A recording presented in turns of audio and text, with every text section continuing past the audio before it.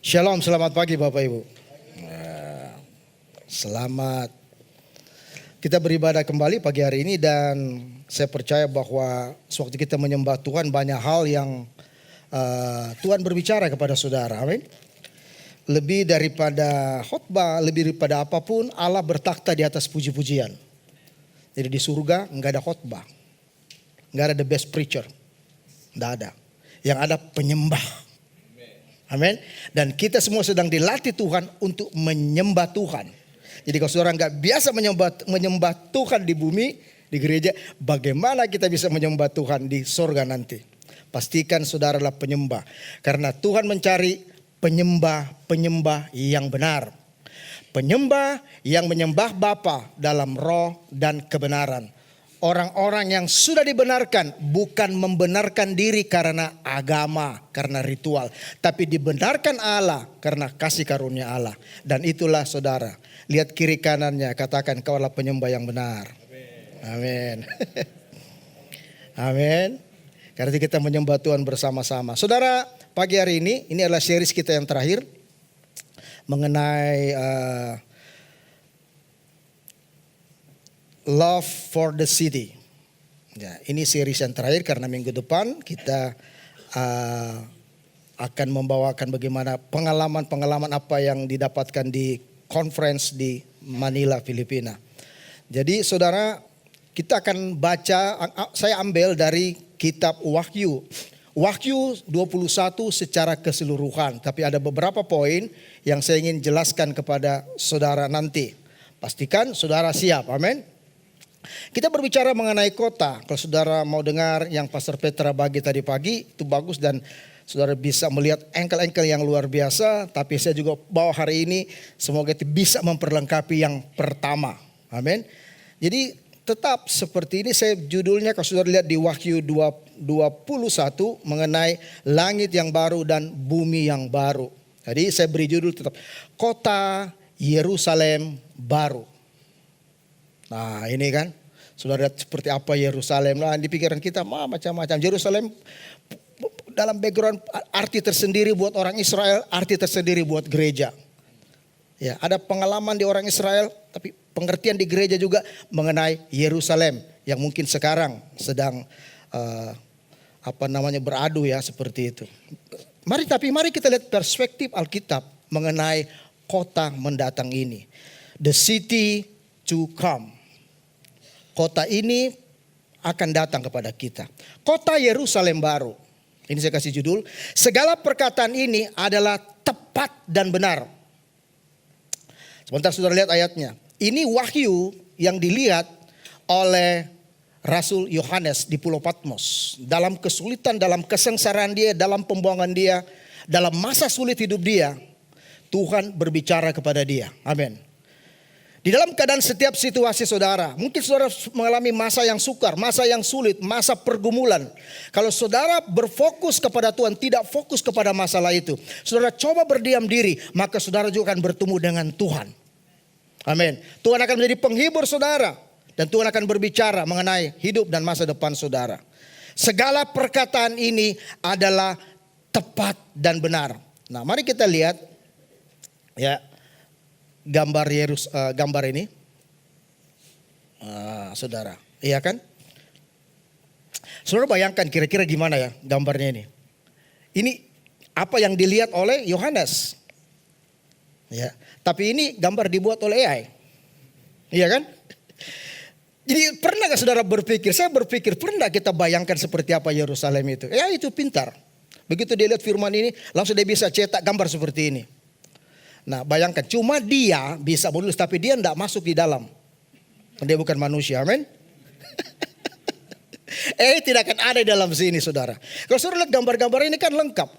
Ukuran Yerusalem seperti itu dengan pintu-pintu gerbangnya, dengan luas temboknya, panjang kali lebarnya sama seperti kubus yang sama tingginya. Tapi bukan itu yang saya mau bicara kepada saudara. Tetapi pertanyaannya bagaimana, apakah kita siap masuk di kota ini? Itu menjadi pertanyaan buat kita.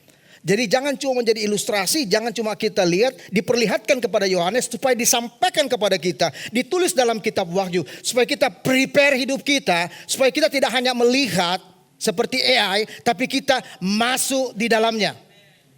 Amin. Itu yang lebih penting, saudara. Jadi kita jangan jadi orang Kristen yang menghayal, yang posesif, saudara. Tapi pastikan kita ada di dalam. Itu maksudnya. Jadi Yerusalem kota yang kudus dikatakan. Kota yang turun dari sorga. Benar-benar dia turun dari sorga. Dari Allah. Yang berhiaskan bagaikan pengantin perempuan yang berdandan untuk suaminya. Jadi kota itu, saudara, ada atau belum? Sudah ada di sorga. Tinggal waktunya dia akan turun di bumi ini. Cara teologi dia akan turun ke dunia ini. Kota itu ada. Dan sedang dipersiapkan oleh Tuhan. Buat saudara dan saya sebagai penghuni kota itu. Ya saudara lihat, Tuhan lebih tahu masa depan kita. Karena itu di dunia ini tempat persinggahan sementara. Bukan untuk selama-lama. Jadi jangan cintai apa yang ada di dalam dunia ini. Karena semua itu akan hancur. Semua itu akan lenyap. Kalau saudara cinta akan dunia, nanti sampai di sorga saudara nggak fokus kepada Yesus. Ya saudara cari harta, bagus Pastor Petra bagi tadi pagi. Saudara begitu lihat nanti permata, yaspis permata, semua yang luar biasa. Saudara baru jalan, wow. Nanti saudara palu, amin katanya gitu Pak Petra. Di palu diambil. Karena apa? Pikiran kita tertuju kepada itu, harta. Itu akan hancur nanti saudara. Ada yang lebih hebat, yang kualitas jauh lebih tinggi. Begitu. Mas kan naik terus sekarang nih. Tetapi ini jauh lebih itu saudara, teruji. Bukan manusia yang uji, bukan manusia yang lakukan, tapi Tuhan yang lakukan. Amin saudara. Yerusalem baru, kota yang dinantikan akan datang ke bumi ini. Kota Allah yang dinanti-nantikan oleh Abraham, yang dinanti-nantikan oleh orang-orang kudus pada masa lalu, yang dinanti-nantikan oleh gereja saat ini, juga bagi saudara dan saya. Yerusalem ini akan menjadi pusat pemerintahan Allah. Secara pemerintahan teokrasi, Yerusalem menjadi pusat pemerintahannya Tuhan sampai selama-lamanya, sampai kekekalan. Dan kita ada di sana untuk selama-lamanya. Amin. Dunia ini akan berakhir. Kalau saudara mau hidup dalam dunia ini terus, berarti saudara habis dengan dunia ini. Amin. Tapi ada suatu tempat yang Tuhan sediakan buat kita, yaitu kota seperti ini. Jadi pastikan saudara, jangan hanya kita kagum, wah luar biasa. Tapi pastikan saudara akan ada di sana. Bukan hanya saudara, suami, istri, anak cucu saudara. Pastikan mereka ada di sana. Karena bagi mereka juga Tuhan siapkan semua ini. Orang-orang yang masih jauh seperti dalam saksi-saksi iman. Masih jauh. Mungkin sekarang mereka hidup dalam dosa. Mungkin sekarang mereka hidup tidak kenal Tuhan. Pray. Pray, berdoa. Bawa mereka ke Tuhan. Bawa mereka ke rumah Tuhan. Jadi saya berdoa saudara. After selesai bahkan firman ini. Saudara mulai berdoa untuk setiap bagian dari keluarga saudara. Kalau ada yang belum mendengar Injil. Kalau ada yang belum menerima Yesus. Pastikan kita memberitakan kabar baik kepada mereka. Pastikan mereka akan bersama-sama dengan keluarga kita di Yerusalem baru ini. Saudara ayat 21, Wahyu 21, kalau kita lihat dari ayat 1 dikatakan seperti ini. Ya, karena saya ambil secara keseluruhan ya, saya nggak bisa sepotong. Lalu ayat 1, lalu aku melihat langit yang baru, sebab langit yang pertama dan bumi yang pertama telah berlalu. Ini yang kita tinggal saat ini, itu akan berlalu. Akan berlalu. Dan laut pun tidak ada lagi. Dan aku melihat kota yang kudus, Yerusalem yang baru, turun dari sorga, dari Allah, yang berhias bagaikan pengantin perempuan yang berdandan untuk suaminya. Kota ini akan turun saudara. Tuhan akan bawa ini untuk menyambut kita semuanya. Dan kita akan masuk di dalam kota itu. Kota yang dari surga, yang dipersiapkan Tuhan untuk saudara dan saya. Saudara, dikatakan langit bumi yang pertama itu akan berlalu. Dan turun kota ini. Kemana itu? Hancur saudara. Nah sebelum ayat 20 itu ayat 21 pasti ada ayat 20-nya. Nah ini wahyu ini berbicara memang agak sulit ditafsirkan. Ini berbicara mengenai akhir zaman eskatologis. Itu nggak mudah memang. Tetapi paling tidak ada juga orang yang tahu karena kita belum ke sana. Amin. Ini baru penglihatan Yohanes. Tetapi Alkitab menulis ini supaya kita punya patokan. Supaya kita punya kejelasan bahwa Tuhan tidak hanya sekedar janji iming-iming. Bahwa ini seperti dongeng. Dengar baik-baik, karena itu dari awal ini akan terjadi. Dari pertama saudara, segala perkataan ini adalah tepat dan benar. Tidak akan salah. Ya, mungkin situasinya, tapi yang pasti intinya ini akan terjadi. Jadi jangan saudara berpikir ini dongeng lah. Ini kan masa kan belum tahu seperti itu. Ini pasti akan terjadi. Cuma bagaimana kronologis yang lebih tepat, kan kita belum tahu.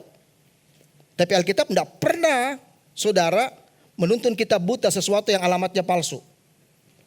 Kira-kira kalau dia bilang gereja Every Nation, Morning Star ini ada di Jalan Denpasar di sini, rambu-rambunya secara tepatnya udah kelihatan saudara. Tapi tepatnya seperti apa? Paling tidak saudara tahu alamat saudara ke depan. Kira-kira begitu. Ya, Tuhan melihat di 20 saudara itu akan selesai setelah penghukuman orang-orang yang tidak percaya kepada Yesus. Tidak percaya kepada Tuhan.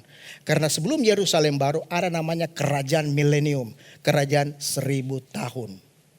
Ini sebelum ini ya. Supaya saudara lihat pandangannya ke depan ya.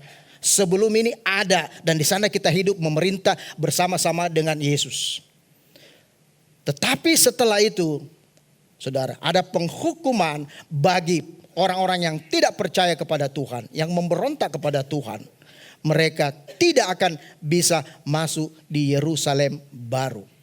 Jadi banyak waktu Tuhan kasih, kan 1000 tahun, saudara. Ya, dan kita lihat ayat selanjutnya, saudara. Dikatakan Alkitab ini bahwa Yerusalem ini seperti pengantin. Saudara, ibu-ibu tahu semua kan ibu-ibu atau cewek-ceweknya masih belum menikah. Selalu berpikir kalau saya menikah baju saya seperti ini. Dan semua pengantin cantik kelihatannya. Nah seperti ini gambaran Yerusalem baru itu. Seperti mempelai perempuan, seperti pengantin yang berdandan untuk menyambut suaminya. Beginilah Tuhan persiapkan kota ini buat kita. Dia berdandan. Dan siapa yang dandani kota itu? Tuhan. Bukan desainer alumni fakultas mana, universitas mana. Bukan. Amin. Tuhan sendiri yang mendesain kota ini. Tuhan sendiri yang menciptakan kota ini. Kalau dia ciptakan dunia ini yang tidak ada manusia bisa ciptakan. Dan dia juga menciptakan sorga saudara. Siapa yang bisa melakukan itu kalau bukan Tuhan?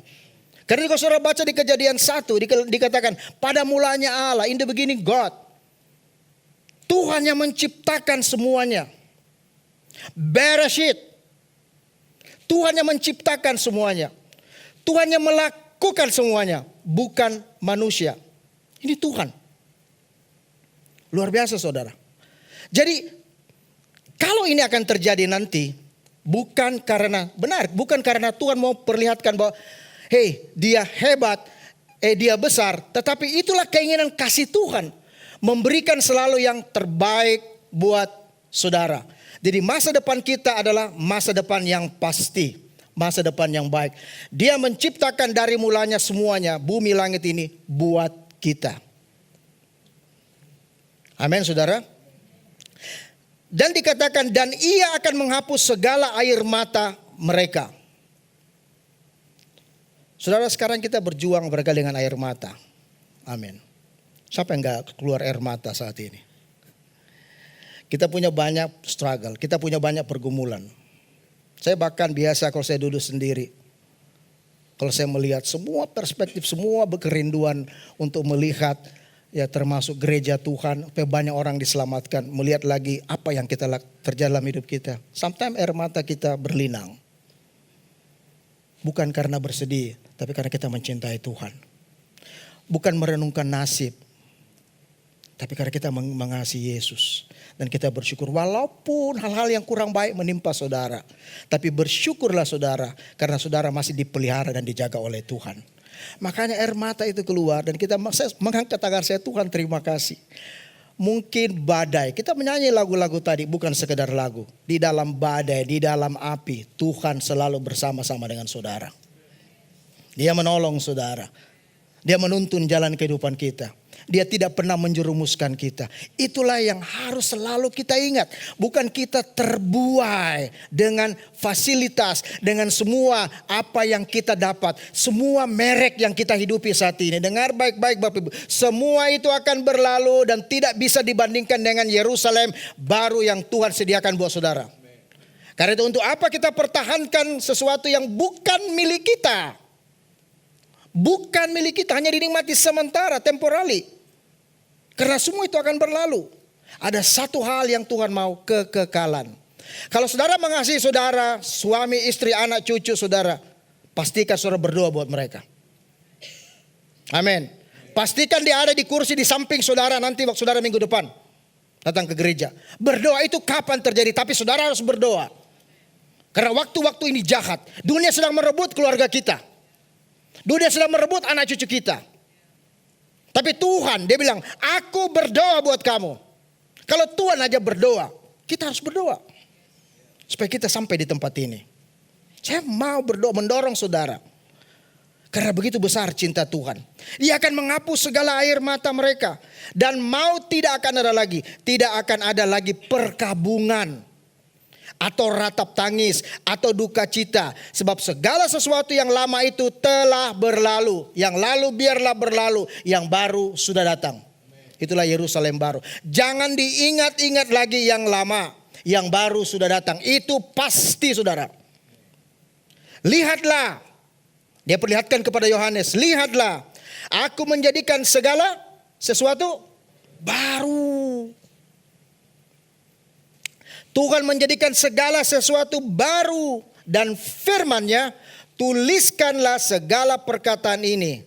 Karena ini adalah apa? Tepat dan benar. Jadi walaupun berlambat-lambat dia pasti datang. Itulah rumah kita. Itulah rumah masa depan kita. Bukan di kuburan. Orang bilang itu rumah masa depan. Berapa kali berapa? Bukan. Saya nggak mau bukan rumah masa depan saya di situ. Amin. Rumah masa depan saya di Yerusalem baru. Rumah masa depan saudara di Yerusalem baru. Bukan di kubur. Amin. Untuk apa kita kasih indah kubur-kubur? Ya kalau saudara bikin ya puji Tuhan. Amin. Untuk mengenang. Tapi kita nggak di situ. Karena pada waktunya nanti kubur itu akan terbelah. Sangkakala ditiup, saudara. Malaikat datang bersorak-sorai, Tuhan Yesus datang di awan-awan. Orang yang mati dalam Tuhan akan bangkit. Kemudian kita yang masih hidup pada waktu saudara masih hidup. Kalau besok dia datang. Dan kalau saudara mendengar sangkakala itu. Yang mendengar sangkakala itu. Dia akan terangkat bersama dengan Tuhan. Yang saya takut dan selalu kita waspada. Kalau kita tidak mendengar sangkakala. Karena waktu dia datang sangkakala itu kita tidak dengar. Berarti kita tinggal. Hanya yang mendengar. Yang rapture yang diangkat. Saudara mau orang mendengar atau enggak?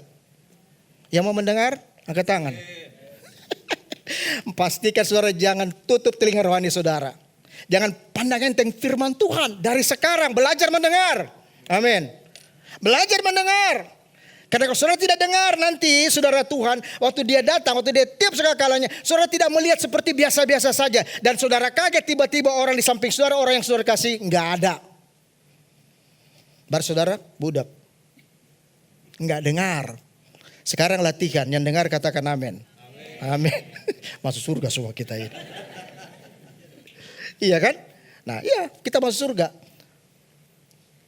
Saudara yang belum mendengar Tuhan pagi hari ini. Saya harap saudara mendengar. Hati-hati saya bilang tadi. Jangan kita tertipu seperti AI. Saudara punya konteks gambaran mengenai Yerusalem baru. Saudara mungkin hanya ritual agama ke gereja. Tapi saudara belum sungguh-sungguh mengenal dan menerima Yesus sebagai Tuhan. Itu inti sebenarnya. Amin. Saudara sungguh-sungguh menerima Yesus sebagai Tuhan. Jadikan hidupmu sungguh-sungguh mengenal Tuhan. Jangan kita tertipu.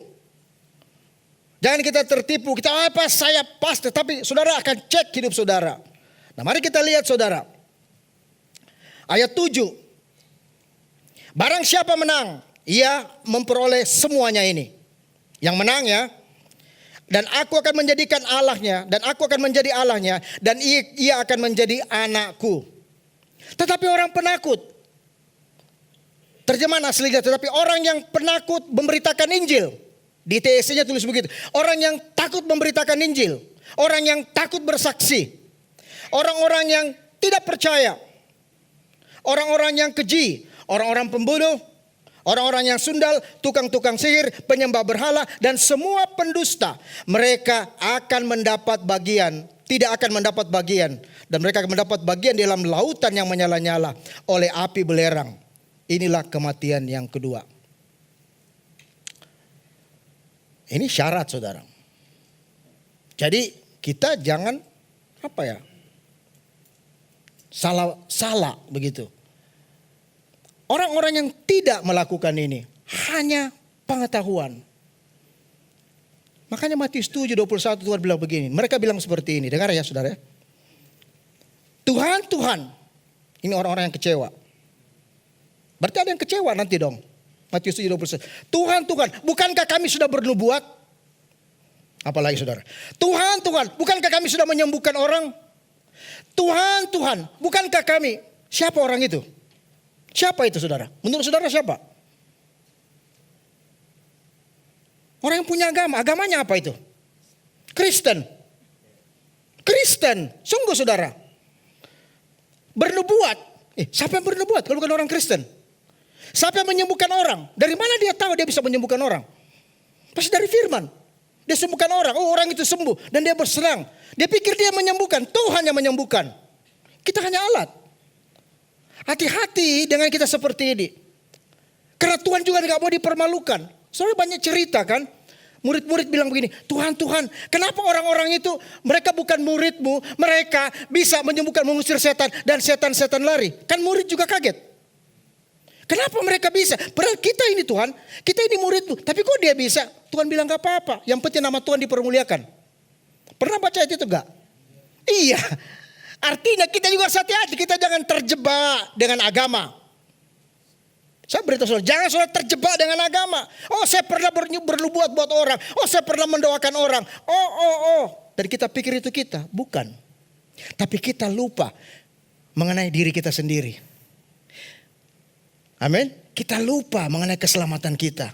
Kita kasih bertobat orang terima Yesus. Tapi kita sendiri belum terima Tuhan. Karena kita pikir kita orang Kristen. Amin saudara. Firman Tuhan ini real. Firman itu Tuhan itu adil. Kalau dia adil berarti dia berbicara tentang kebenaran. Dan kebenaran itu adalah sometimes enak buat kita, sometimes tidak enak didengar. Tetapi itulah fakta kebenaran. Tujuan semua Tuhan ini supaya betul-betul kita sampai di mana Tuhan mau, alamat kita yang dengan jelas. Jadi bukan pengetahuan agama, bukan simbol-simbol rohani kita. Bukan. Amin saudara. Itu yang Tuhan mau bawa. Orang tidak percaya kepada Tuhan. Tukang-tukang sihir, pembunuh, pencuri. Tapi mereka rajin ke gereja. Tidak terima Yesus. Jangan menghibur diri. Lebih baik kita dengar hari ini. Sometimes kita menghibur diri kita kan. Kita menghibur diri kita. Wah. Benar. Yesus juga bukan murahan. Amin. Injil yang disampaikan bukan murahan kepada saudara. Bukan. Bukan juga hukum. Berarti saya harus buat seperti ini. Enggak. Saudara kita enggak hidup di bawah hukum. Kita hidup di bawah kasih karunia. Tapi Paulus bilang mari kita menghormati kasih karunia itu. Selama dunia ini masih ada. Selama kita masih hidup. Berarti pintu anugerah, pintu kasih karunia masih terbuka. Amin. Masih terbuka. Orang berdosa, orang apapun yang ditulis ini. Masih terbuka. Buat kita masuk dalam anugerah Tuhan. Pintu terbuka. Tuhan selalu bilang datanglah kepadaku. Hai kamu yang letih. Maksudnya gini, kalau saya mau bilang, hai kamu yang letih dengan dosa-dosamu, dengan berbeban beratmu. Hai kamu yang bergumul dalam segala dosa dan penderitaanmu. Kamu sulit untuk melepaskan dirimu dari keterikatan dosa manusia ini. Datanglah kepadaku, karena aku akan memberikan apa saudara? Kelegaan kepadamu. Itu Tuhan. Ini sebenarnya sangat sederhana. Sangat simpel. Jadi mari kita melihat kebenaran firman Tuhan. Tetapi tidak akan masuk ke dalamnya sesuatu yang najis. Atau orang yang melakukan kekejian atau dusta. Tetapi hanya mereka yang namanya tertulis dalam apa saudara? Kitab kehidupan anak domba.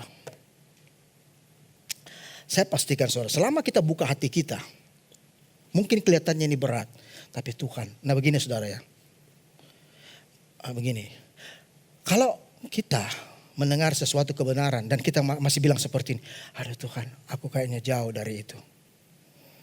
Itu sulit bagi saya. Saudara, sebenarnya itu pengakuan yang jujur kan?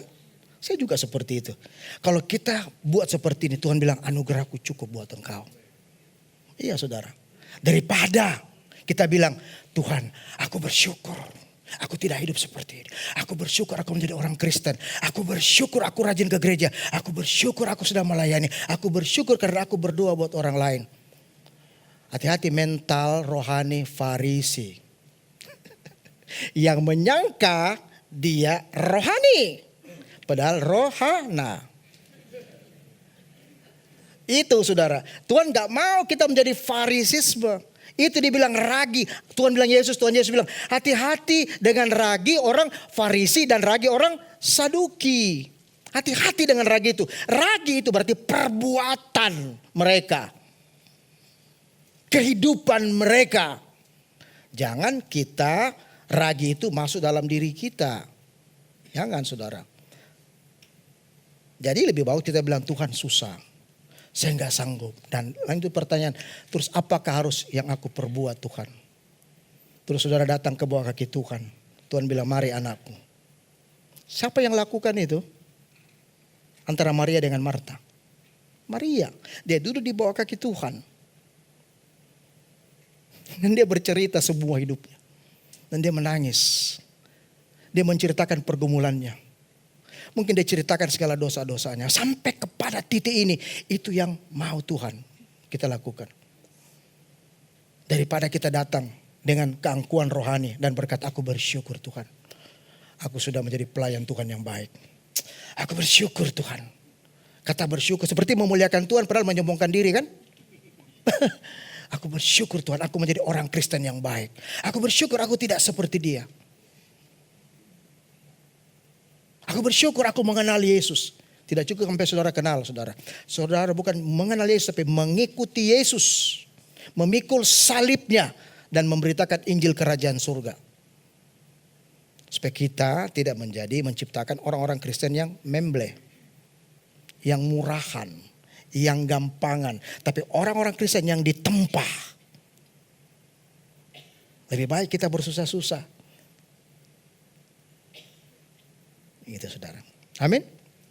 Sampai sini saudara nangkap. Sebenarnya firman Tuhan ini sederhana saya mau sampaikan buat saudara. Cuma segini. Wahyu 22 ayat 12 dan 13. Sesungguhnya aku datang segera. Dan aku akan membawa upahku. Untuk membalaskan kepada setiap orang menurut perbuatannya. Aku adalah Alfa dan Omega. Yang pertama dan yang terkemudian. Yang awal dan yang akhir. Berbahagialah mereka yang membasuh jubahnya.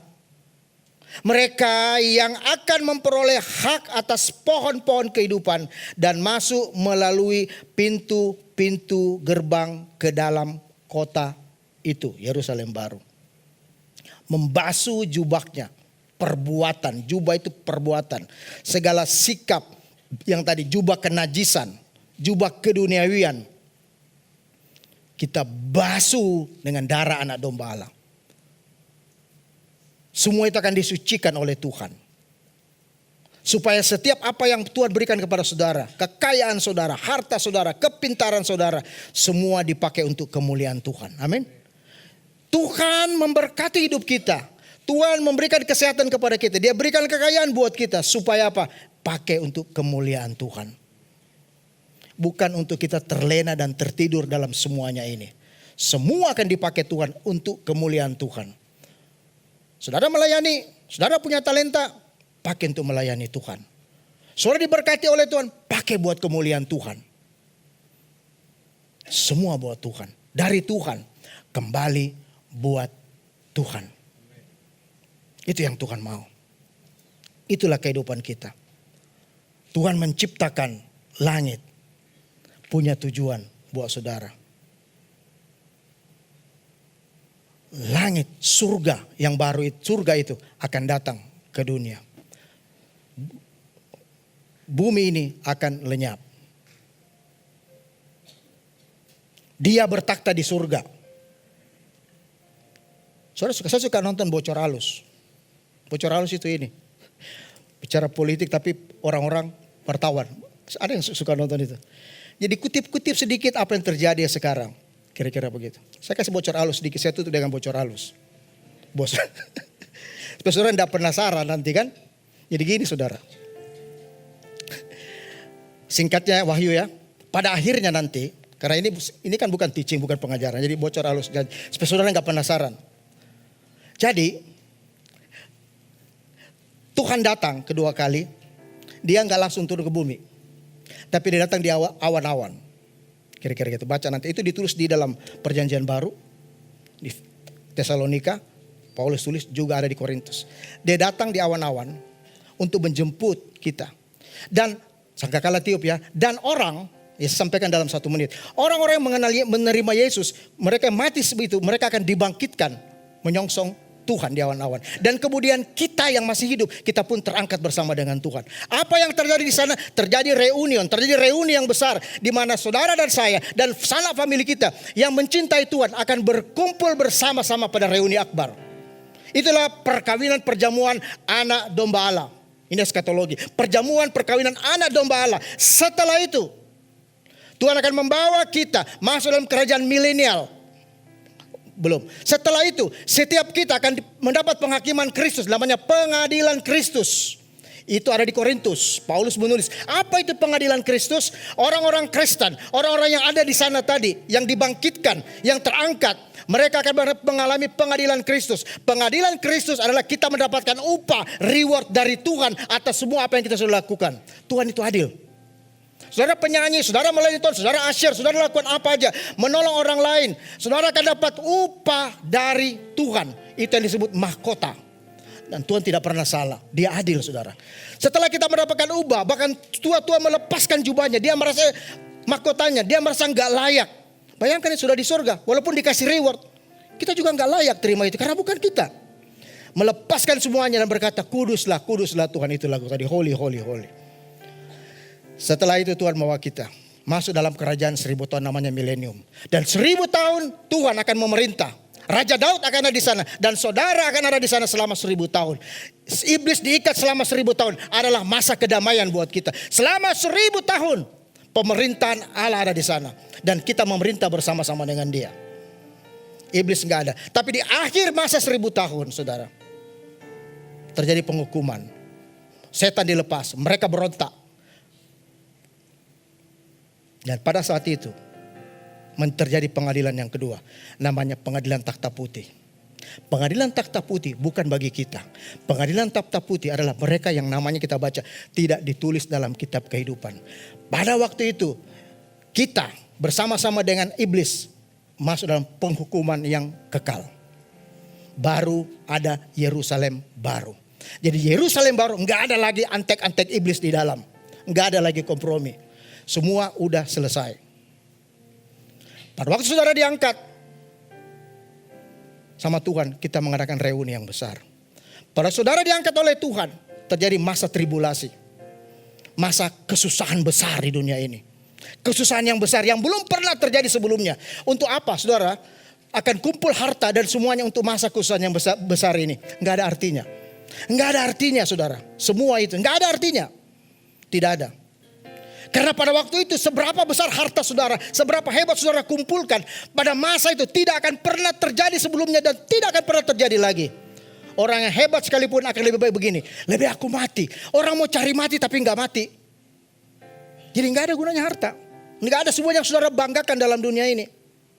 Berinvestasilah mulai hari ini dalam kerajaan surga. Berinvestasilah. Bukan saudara simpan untuk masa yang sulit. Karena pada masa yang sulit tidak ada artinya. Karena saudara terjadi penganiayaan yang besar. Saudara berpikir yang saudara punya ladang yang besar, punya emas, akan dirampok saudara.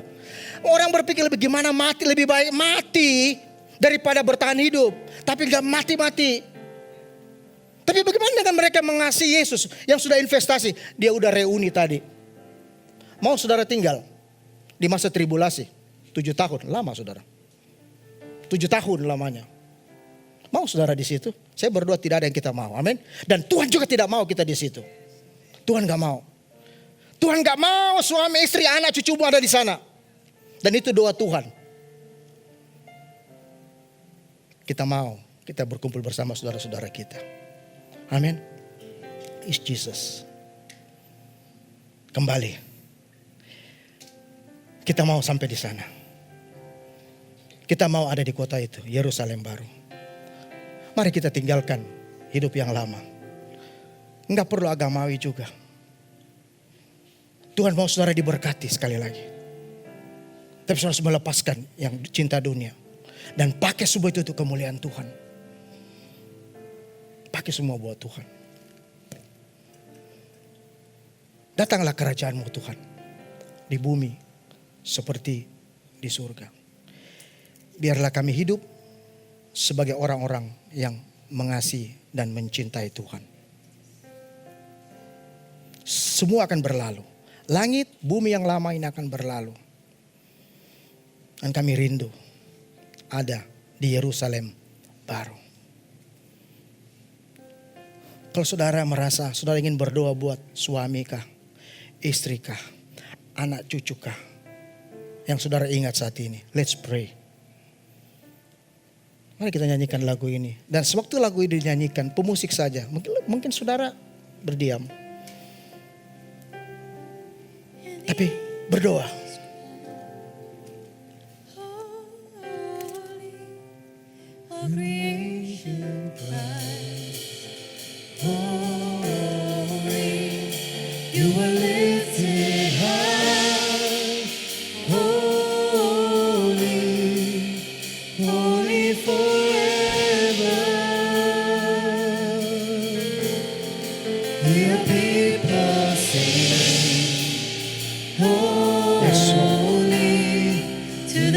Mari kita bangkit berdiri saudara. Let's we worship Him. Worship Jesus. Yes Lord.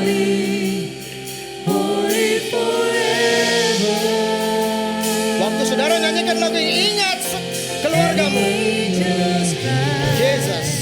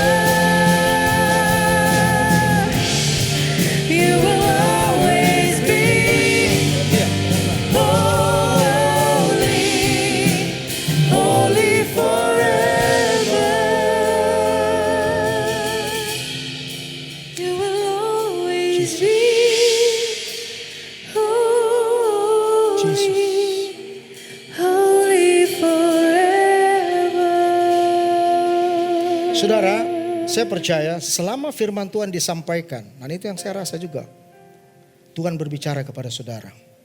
Mungkin saudara orang berpikir, saya harus suci dulu, baru saya dengar Tuhan.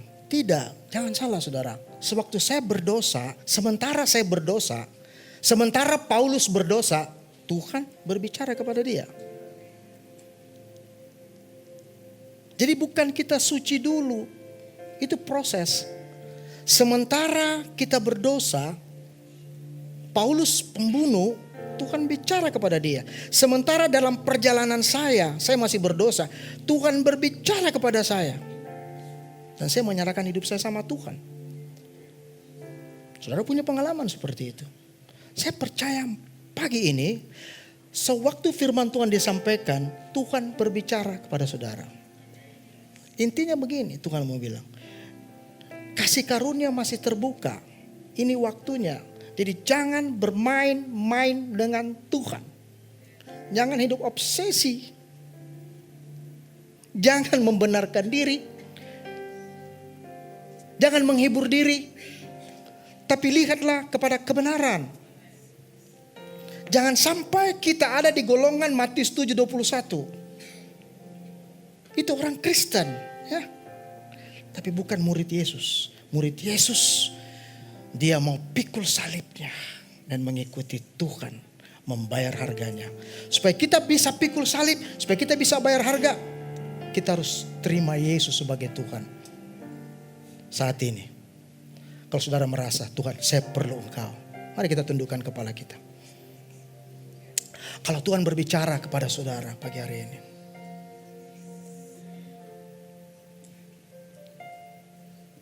berarti Tuhan mengasihi saudara.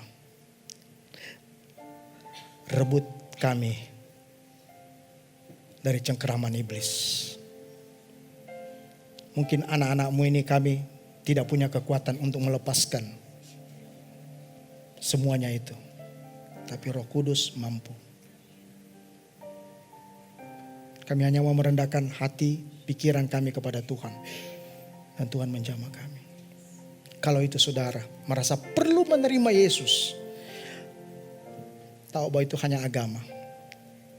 Taruh satu tanganmu di dadamu saudara. Yes. Taruh di dadamu dan Tuhan hadir. Amin. Kau melihat kami yang penuh dengan kelemahan, terikat dengan dosa. Tuhan, aku berdoa, lepaskan kami Tuhan. Tolong kami Tuhan. Oh Roh Kudus, tolong kami. Tolong kami Tuhan. Kau melihat tangan-tangan ini. Karena kau mengasihi mereka Tuhan. Terima kasih Bapa. Terima kasih Tuhan. Buatlah komitmen dengan Tuhan pagi hari ini. Mari saudara berbicara kepada Tuhan. Dia tahu. Katakan apa yang harus saudara lepaskan. Katakan semua mungkin ikatan yang saudara tidak mampu. Bicara kepada Tuhan. Kita punya waktu untuk berbicara kepada Tuhan. Karena Tuhan ada di tengah-tengah kita. Yes.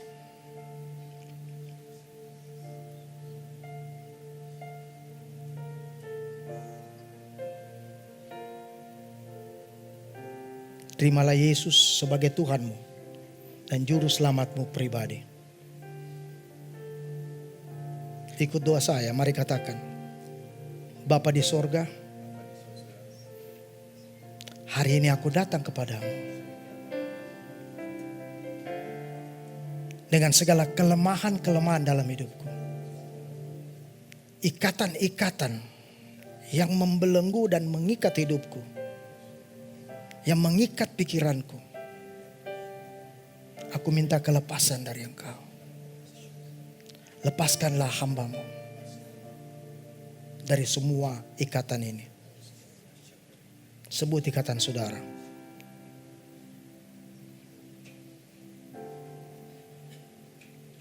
Dan aku diberikan kasih karunia oleh Bapa untuk pengampunan atas semua pelanggaran dan dosa-dosaku. Kalau sekiranya saudara belum menerima Yesus sungguh-sungguh, katakan, aku mau hari ini menjadikan Yesus Kristus sebagai Tuhan dan Juru Selamatku pribadi. Di dalam nama Tuhan Yesus, ku bersyukur dan berdoa. Tuhan, Engkau dengar setiap doa anak-anak-Mu. Engkau dengar setiap kejujuran hati, keterbukaan kepada Engkau. Lepaskan kami Tuhan. Aku berdoa untuk seluruh isi rumah kami, suami, istri, orang tua, anak cucu kami, mendapat tempat yang sama, masuk di dalam Yerusalem baru. Tuhan, aku berdoa, aku patahkan setiap roh agamawi di dalam nama Yesus. Enggak ada Tuhan, kami mau tidak hidup dalam aturan-aturan agama, hukum-hukum. Tapi aku berdoa supaya lepaskan anugerah keselamatan kepada kami, supaya kami mengerti apa itu anugerah, apa itu kasih karunia, panjang sabarnya Tuhan buat kami, bahwa saat ini pintu anugerah itu masih terbuka buat kami, dan tidak ada yang terlambat saat ini. Pintu itu masih terbuka, pintu anugerah itu masih terbuka, dan terbukalah pintu-pintu anugerah-Mu buat kami semua Tuhan Yesus. Terima kasih Bapa, terima kasih Tuhan. Segala puji-pujian, segala hormat hanya bagi Engkau, Raja di atas segala raja, Tuhan di atas segala Tuhan, Yesus Kristus namanya. Semua kita yang percaya sama-sama katakan amin. Berikan kemuliaan buat Tuhan. Amin.